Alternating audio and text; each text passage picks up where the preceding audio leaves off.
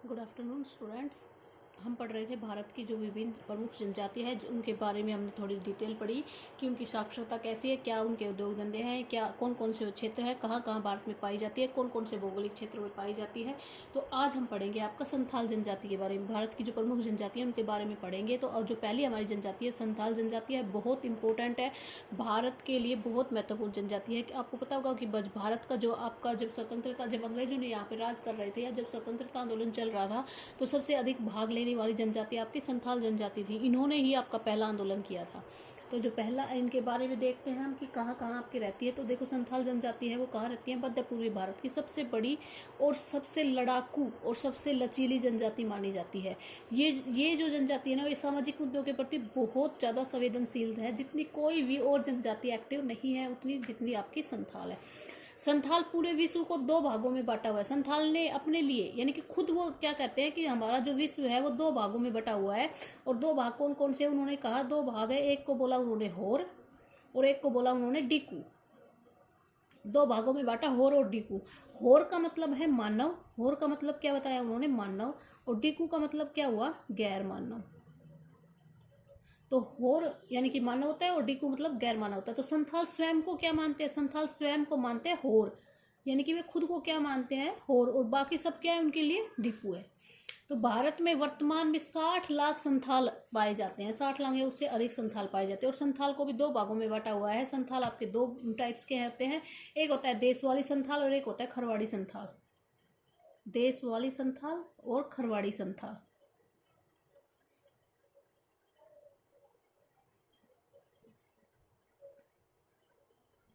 देशवाली और खरवाड़ी संथाल। जो खरवाड़ी संथाल है ना, वो सुधारवादी प्रवृत्ति के होते हैं। ठीक है। अब आपको पता होगा जब कबीले भारत था, यानी कि जब भारत जब अंग्रेजों का गुलाम था, तो अंग्रेज जब यहाँ पे शासन कर रहे थे तो सबसे पहले संथालों ने ही, मैंने बताया था कि आपको सबसे पहले उन्होंने ही आवाज़ उठाई थी। वो अलग बात है कि अंग्रेजों ने इनको बहुत बुरी तरह से हरा दिया था और इनके लिए एक अलग जगह निश्चित कर दी थी, जिसको परगना बोला गया था। संथाल परगना बोला जाता है, जो आज भी ये उसी क्षेत्र तक ही सीमित रहते हैं। इनको वहां से बिल्कुल खदेड़ दिया गया था, लेकिन इन्होंने ही सबसे पहले आवाज़ उठाई थी। सॉरी।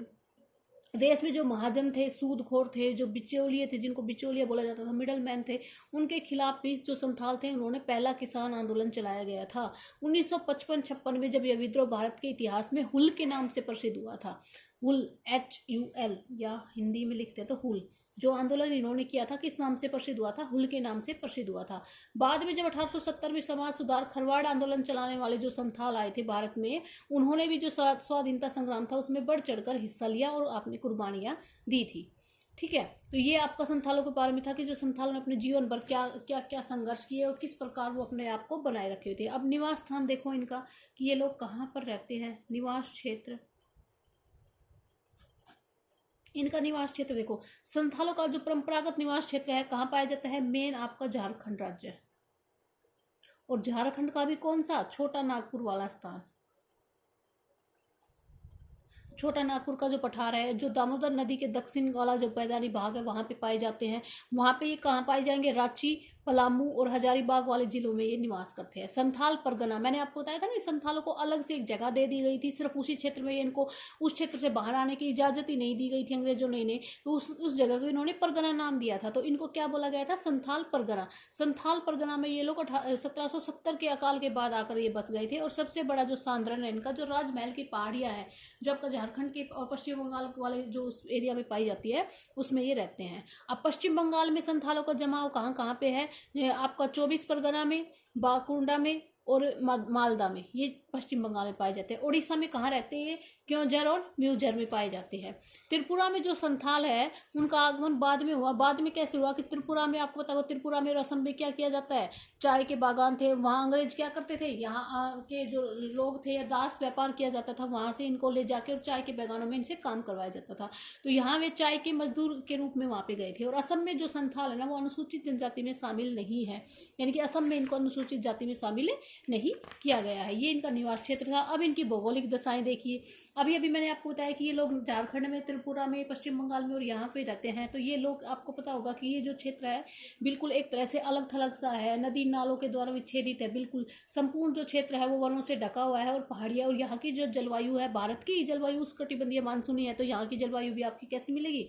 उष्णकटिबंधीय मानसूनी है। यहाँ ग्रीष्म ऋतु में तापमान बहुत अधिक हो जाता है, 40 से 45 डिग्री सेल्सियस तक आपका तापमान हो जाता है।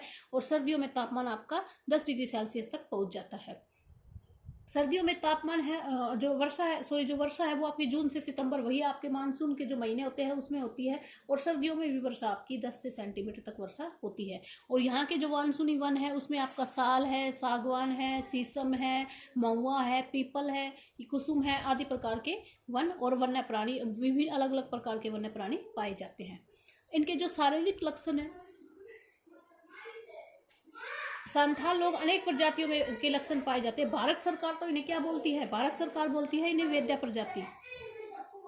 भारत सरकार इन्हें क्या बोलती है कि ये क्या है? ये वेद्या प्रजाति के हैं, वेद्या प्रजाति के हैं।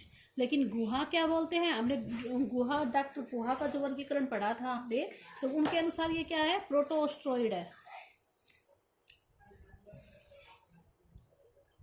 प्रोटोस्ट्रोइड जो प्रजाति उसके अनुसार। और जो हेडन है वो इन्हें प्री द्रविडियन मानते हैं, यानी कि इनके बारे में कोई स्पष्ट राय नहीं है। भारत सरकार कुछ मानती है, डॉक्टर गुहा कुछ मानते हैं, हेडन कुछ मानता है, तो इनके बारे में कोई निश्चित राय नहीं है।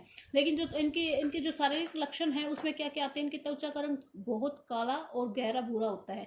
ये छोटे से मध्यम कद के होते हैं। और इन लोगों का जो ललाट है, यानी कि जो आपका माथा होता है, वो बाहर की ओर निकला होता है। बाल काले, घने और कभी कभी घुंघरालू भी होते हैं। सिर लंबा होता है, नाक आपकी बैठी हुई और चेहरा बड़ा और होठ आपके मोटे होते हैं। ये आपका प्रोटोस्ट्रोइड का था। सेकंड आपका आता है भाषा।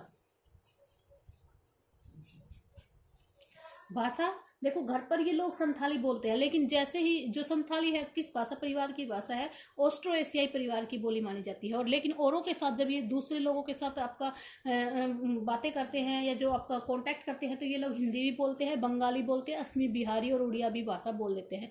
संथाली बोली की अपनी कोई लिपि नहीं है, अतः ये लोग बंगाली, देवनागरी और ओलचिकी, कौन सी लिपि? ओलचिकी। देखो, ओलचिकी एक नई लिपि है जिसको आपका किसने? वेस्ट बंगाल ने मान्यता दी हुई है। संथाल जनजाति का अधिकतर साहित्य रोमन लिपि में लिखा हुआ है। बाकी का जो है, हम इनके व्यवसाय, इनके भोजन, इनके सामाजिक संगठन, थोड़ा बड़ा है टॉपिक आपका, वो हम कल करेंगे।